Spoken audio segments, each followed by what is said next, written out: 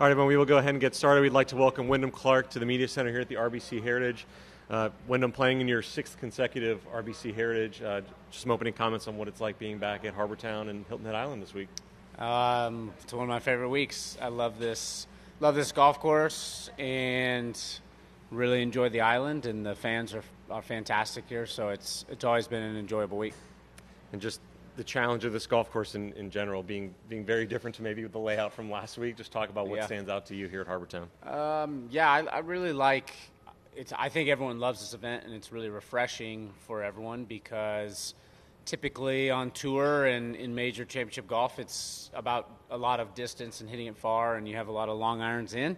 And then you come to Harbour Town, and it's all about placement and accuracy, and you're not hitting many drivers. And so it's a really great week, and it's fun, and it's kind of classic golf, and it's you just enjoy yourself out there. It's a fun walk, and you find yourself shaping shots, and so I really enjoy it. Perfect. All right, with that, we'll open up for questions. If you have a question, just raise your hand, and we will get a microphone over to you. We can start here with Paul. Is it difficult to make that transition so quick from what Augusta demands compared to what this course demands? No, I don't think so. I mean, Augusta last week on Thursday and Friday was at the extreme that any golf course could ever be at, especially with the conditions of the wind. And, getting back to playing this golf course is more what we're used to. The green speeds, the everything about it is just a little bit more of what we're used to as far as the conditions. What do you take away from how last week went for you? I learned a lot. It's obviously frustrating. I didn't go in thinking that was going to be how my week went. I was just really bummed that my first Masters experience was under such extreme conditions because I felt like I was playing good golf, but going off late on Friday was very challenging, and the wind honestly spooked me on the greens. I hit a couple putts that were uphill downwind, and I hit them 4 or 5 feet by. And then ever since that happened on the third hole, I wasn't getting putts there. And so I was just a little spooked. My game was there. That's what was frustrating is I hit a lot of great shots. I just didn't score. So, I'm just putting that as a tough draw. Didn't putt well, but that's 1 week, and moving on to this week. Other than the conditions, is there anything that surprised you about Augusta? Anything you weren't expecting that was different from what you thought it would be? I would just say it's amazing the condition from when you play it in a practice round, let's say 4 or 5 weeks prior, to then what it is in a tournament. I mean, it's like they turn a switch on and then the golf course is rock hard and very fast. And, when you just play there just for fun, it's a totally different golf course, a lot more benign. So that's probably the only thing that really surprised me. I mean, outside of that, I was pretty prepared for it. I grew up watching that tournament a ton, and I, felt like I knew what was going to be thrown at me. It's just more of the condition of it was surprising. Totally different note. I was reading yesterday that the ratings for the Masters were pretty significantly down, and I was just curious from a professional's angle, are you still connected to the average fan at all? I mean, whether it's through friends or people like that? And if the answer to that is yes, have you noticed a difference in how they feel about professional golf since everything that's been happening with the schism between the Tour and LIV? Well, I mean, I just find it really hard to believe that ratings are down. I mean, if you're at the tournament, it's fantastic. I think people that I do know that are watching it loved it. I think golf is growing. I think golf sales have grown.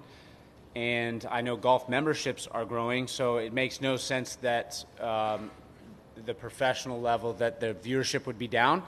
And in my thought, is it because everyone's streaming and then people are watching it from different avenues than maybe the normal telecast? So I think that's, in my opinion, a little bit of a skewed stat because it makes no sense that every part of the game is growing, but yet the professional level isn't. So that's kind of my opinion on that.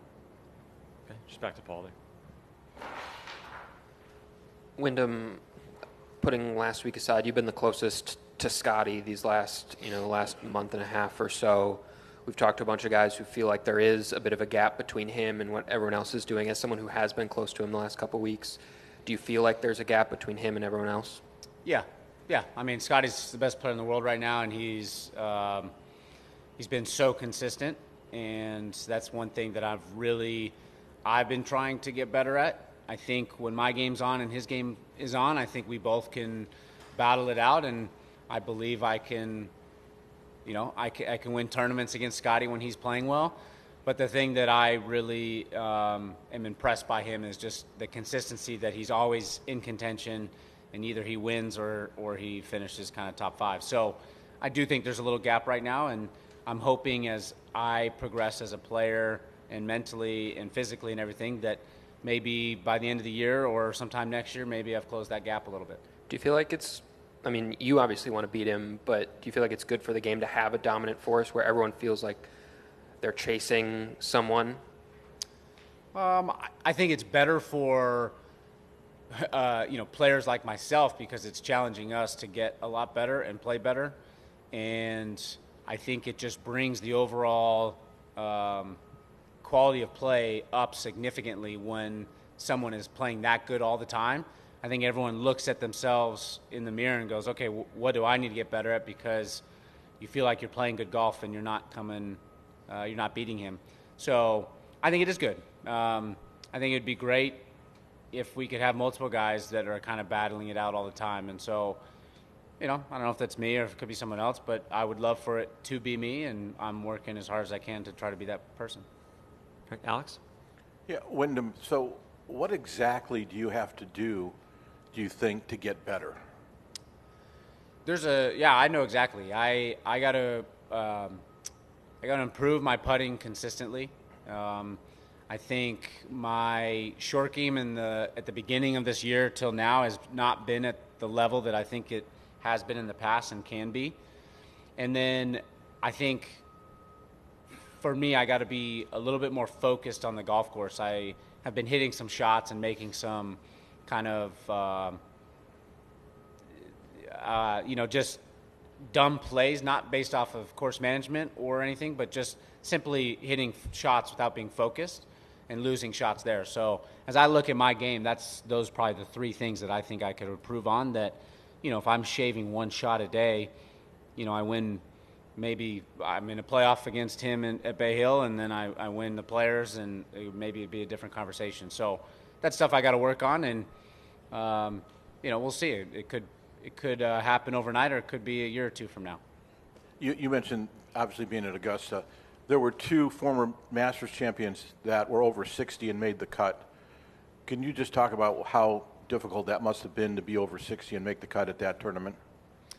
I imagine they went off in the morning on Friday, but no, that's amazing. It's I think that's actually very impressive that they did that. I didn't know that happened. It was probably one of the worst cuts I've ever missed. I bogeyed so many holes on the back 9 and made some dumb mistakes. But yeah, Augusta, the good thing about Augusta is I think you can play it at all levels because it is pretty forgiving off the tee. And then if you're really smart on where you place the ball, you can always have kind of a shot to get it up and down. And I imagine that's what they did. But yeah, very impressive.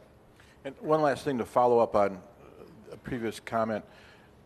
Do you equate, or can you make an equation between amateur golf and, municipal golf and people just play golf for fun and the PGA Tour? And do you see that if what happens on the PGA Tour actually equates to what happens in regular golf? What do you mean by that? Well, you're talking about fans and their interest. Is it possible that fans lose interest to some extent because they might be interested in playing golf and being a golfer, but they're not as interested in watching professional golf anymore? It doesn't. I don't think that equates to any other sport, so I don't know why that would happen in golf. In my opinion, I would really like to know if the stats that they have for viewership going down in professional golf, if that's just from normal NBC Sports cable television, yeah, I mean, no one at my age right now is consuming TV via cable. They're doing it on streaming, you know, if that's Amazon or whatever it is, they're streaming it. So I would just like to know if that stat is from that. Because if it is, then I think it's a skewed stat. And, you know, anyone that I know that plays at municipal golf courses or private golf courses that are not professionals, they love golf and they love to consume golf, and they're always constantly cheering me on or sending me texts, and they know everything I did. So, you know, I'm a small, you know, sample size, but from the people that are around me that are my friends, they seem to watch a lot of golf, and they also play a lot of golf. All right, Shane? Speaking of streaming, I thought your Netflix episode was really good. It's only been a couple months, but have you noticed a difference in how people treat you or how many people know you or how fans interact with you since that came out? Yeah, thank you. Yeah, it's been really nice. It's a great, you know, I from my understanding is my episode was really good and people enjoyed it, and I've received that from the fans when I'm out here, even just in practice rounds. People have said nice things or brought up, you know, one of the most rewarding things is people have brought up stories that maybe, you know, similar things of them going through tough times. And, you know, for me, that's been really, really nice because I get to share those moments with those people, and maybe I can encourage them, or we can both reminisce on people we've lost or whatever it is. So it's been really nice. Did you watch your episode or no? I still haven't watched it. Is there a reason, or just haven't gotten to it, or do you not like to watch yourself? I just, honestly, I don't like hearing myself talk, or watching myself I think is really just weird to me. And then also I lived it, so I don't, some of that stuff you don't want to really relive. It's in the past, and so, yeah. All right, just go right here to Paul and finish up.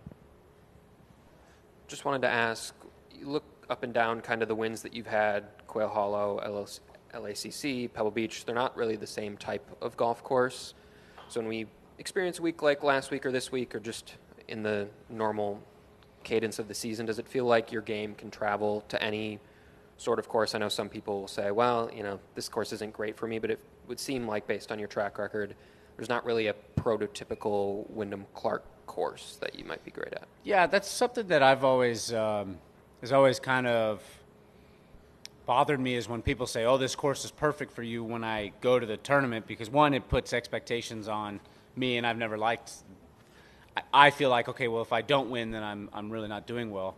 And in golf, it's so hard to win. But the other thing that's bothered me about that is I feel like I've worked so hard at my game to be able to play at any golf course. And so you come to a place like Harbor Town, and yes, it is not a bomber's golf course, but I would like to think my game is more refined than just being someone that hits it far and then wedges it somewhat close and plays the par fives good. So, yeah, so courses like this kind of give me a little chip on my shoulder to try to go prove that, hey, I can play any kind of golf course, and I can be really accurate, I can hit it straight, and do things like that. Wyndham, thanks so much for the time. Best of luck this week. Thanks, guys.